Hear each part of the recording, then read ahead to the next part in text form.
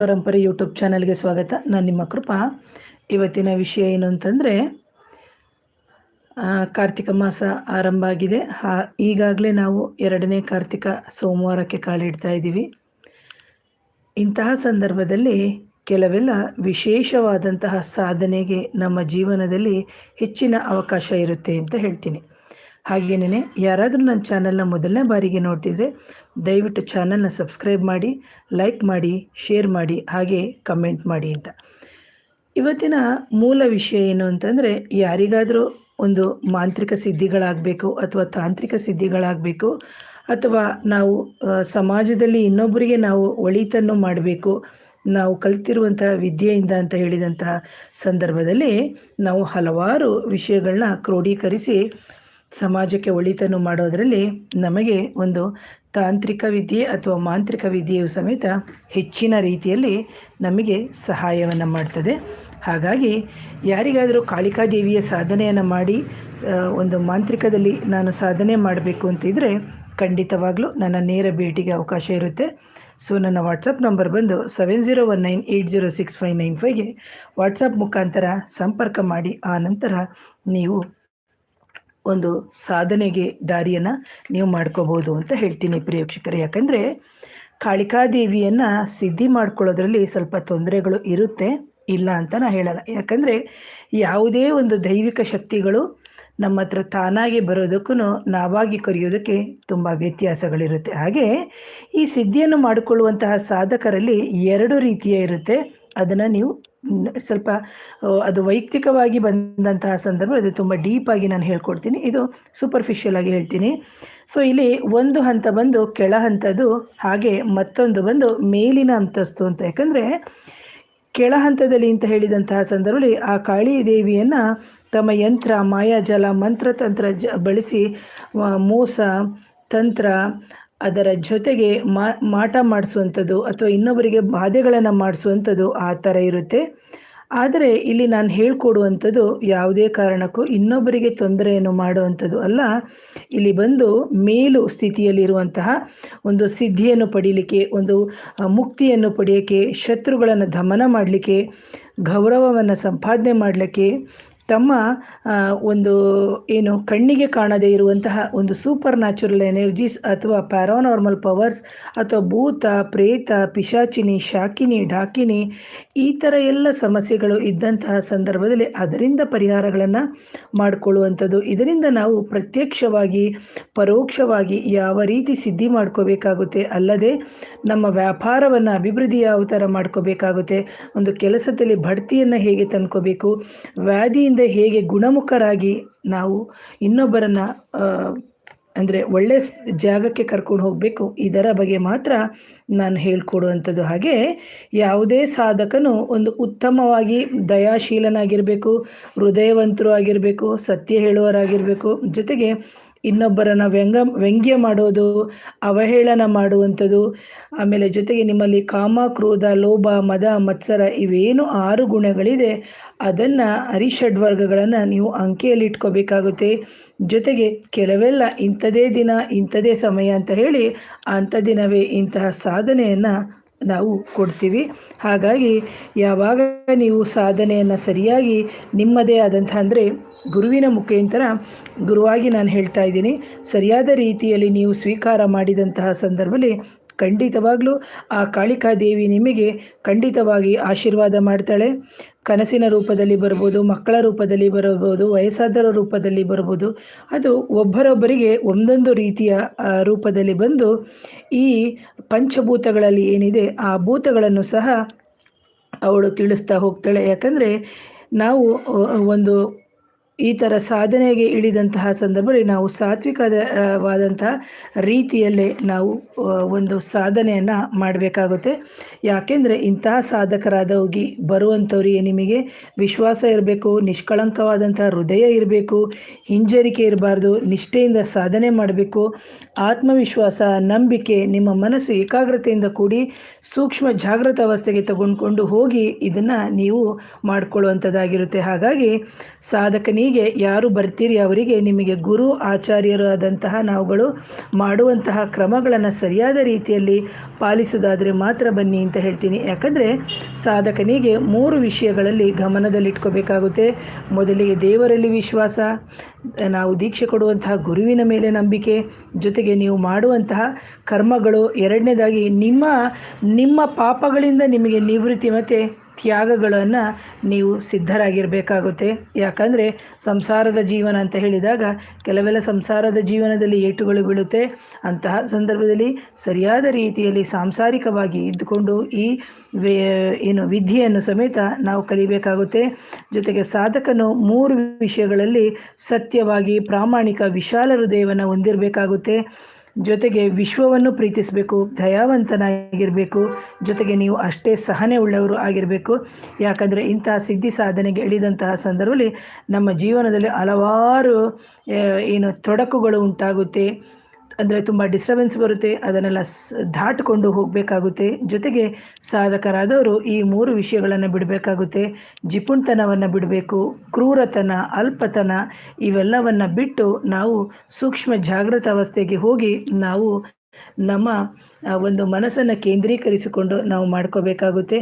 ಯಾವಾಗ ನಾವು ಪ್ರೀತಿಯಿಂದ ಒಳ್ಳೆಯವರ ಸಂಘ ಬೆಳೆಸ್ಕೊಂಡು ನಿಸ್ವಾರ್ಥತೆಯಿಂದ ಸೇವೆ ಮಾಡ್ತೀವಿ, ಖಂಡಿತವಾಗ್ಲೂ ನಮಗೆ ಸಾಧನೆಗೆ ದಾರಿಯಾಗುತ್ತೆ.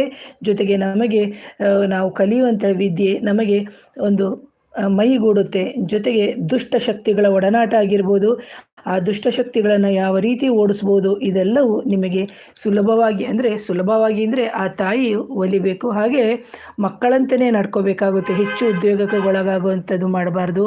ಅಪಾಯ ಕೆಲಸಗಳನ್ನು ಮಾಡದೆ ನಮ್ರತೆಯಿಂದ ಒಂದು ಉತ್ಸಾಹ ರೀತಿಯಲ್ಲಿ ಪ್ರಜ್ಞಾವಂತರಾಗಿ ಅಸೂಯೆ ಪಡದೆ ಸ್ವಾರ್ಥ ಪಡದೆ ನಾವು ಜೀವನವನ್ನು ರಿಲ್ಯಾಕ್ಸ್ ಮಾಡಿಕೊಂಡು ನಾವು ಇನ್ನೊಬ್ಬರಿಗೆ ಒಳಿತನ್ನು ಮಾಡಬೇಕು. ಆನಂತರದಲ್ಲಿ ಅಂದರೆ ಯಾವಾಗ ನಿಮಗೆ ಮಂತ್ರ ಸಾಧನೆ ಮಾಡುವಂತಹ ಸಂದರ್ಭದಲ್ಲಿ ನಿಮಗೆ ಒಂದು ಗುರಿ ಇರಬೇಕು, ಹಿಂದೆ ಗುರು ಇರಬೇಕು.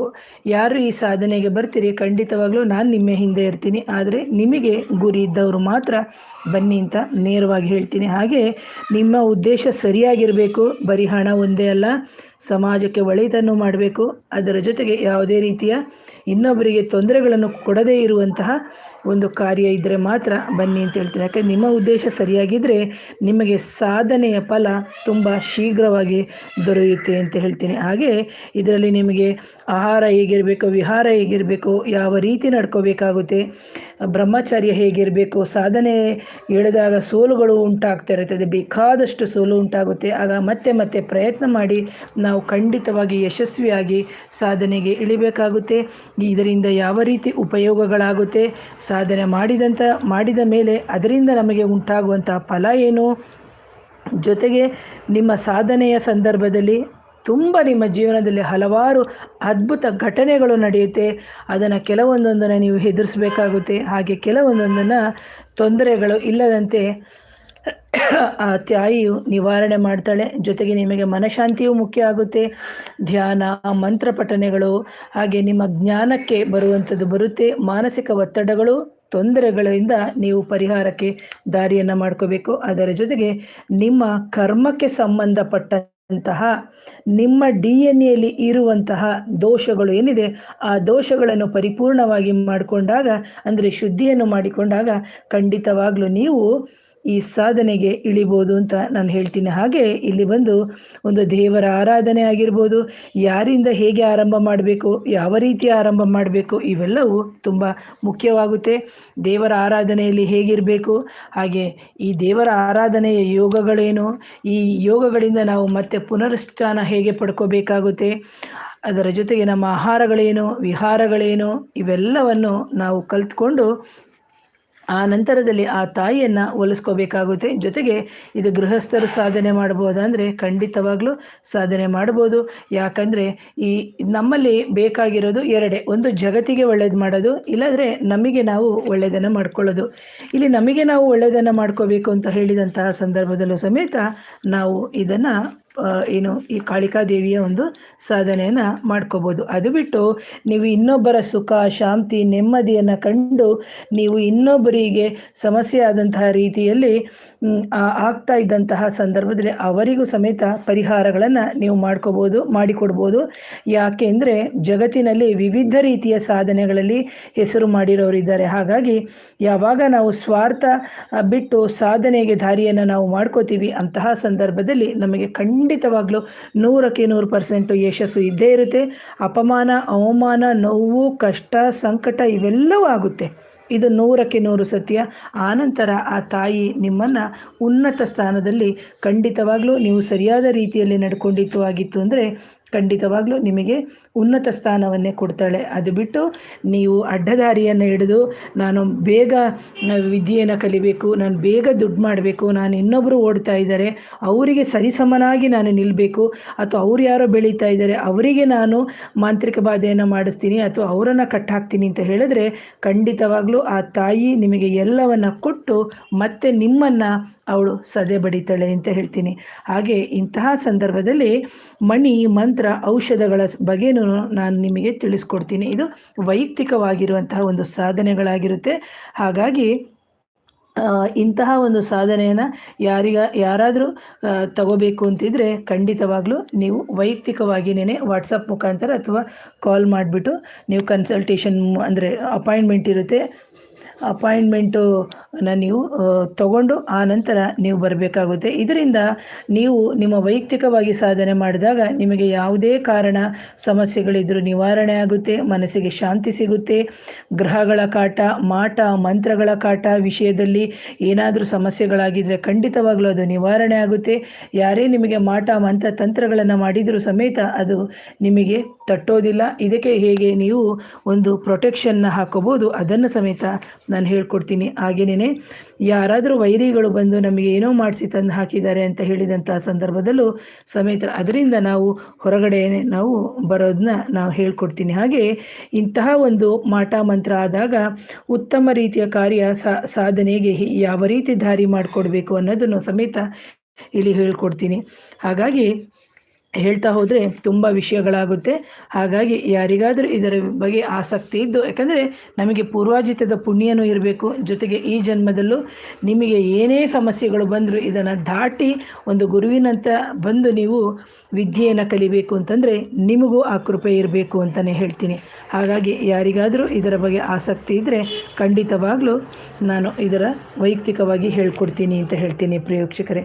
ಅದು ಬಿಟ್ಟು ಮೇಡಮ್ ನಮಗೆ ವಶೀಕರಣ ಹೇಳ್ಕೊಡಿ ಅದು ಇದು ಆ ಥರ ಎಲ್ಲ ಕೇಳಬೇಡಿ. ಯಾಕಂದರೆ ಜಗತ್ತಿಗೆ ಒಳಿತನ ಮಾಡುವಂಥದ್ದು ವಶೀಕರಣ ಅಂದರೆ ಒಂದು ದೇವತಾ ವಶೀಕರಣ. ಇದನ್ನು ನೋಡಿ, ಇದನ್ನು ತಾಯಿಯನ್ನು ವಶೀಕರಣ ಅಂದರೆ ತಾಯಿಯನ್ನು ಪ್ರೀತಿಯಿಂದ ಕರೆಯುವಂಥದ್ದು ಅಂತ.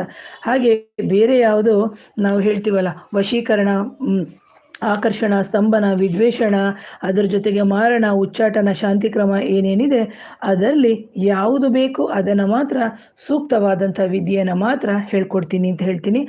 ಹಾಗೇನೇ ಇದನ್ನು ನೀವು ಹಲವಾರು ಜನಕ್ಕೆ ಶೇರ್ ಮಾಡಿ ಅಂತ ಹೇಳ್ತಾ ಇವತ್ತಿನ ವಿಡಿಯೋನ ಮುಗಿಸ್ತೀನಿ. ಮತ್ತೊಮ್ಮೆ ಧನ್ಯವಾದಗಳು. ಯಾರಿಗಾದರೂ ಮಾಂತ್ರಿಕ ಬಾಧೆ ನಕಾರಾತ್ಮಕ ಶಕ್ತಿಗಳ ಸಮಸ್ಯೆ ಇತ್ತು ಅಂದರೆ ನನ್ನ ನೇರ ಭೇಟಿಗೆ ಅವಕಾಶ ಇರುತ್ತೆ. ಮತ್ತೊಮ್ಮೆ ಧನ್ಯವಾದಗಳು.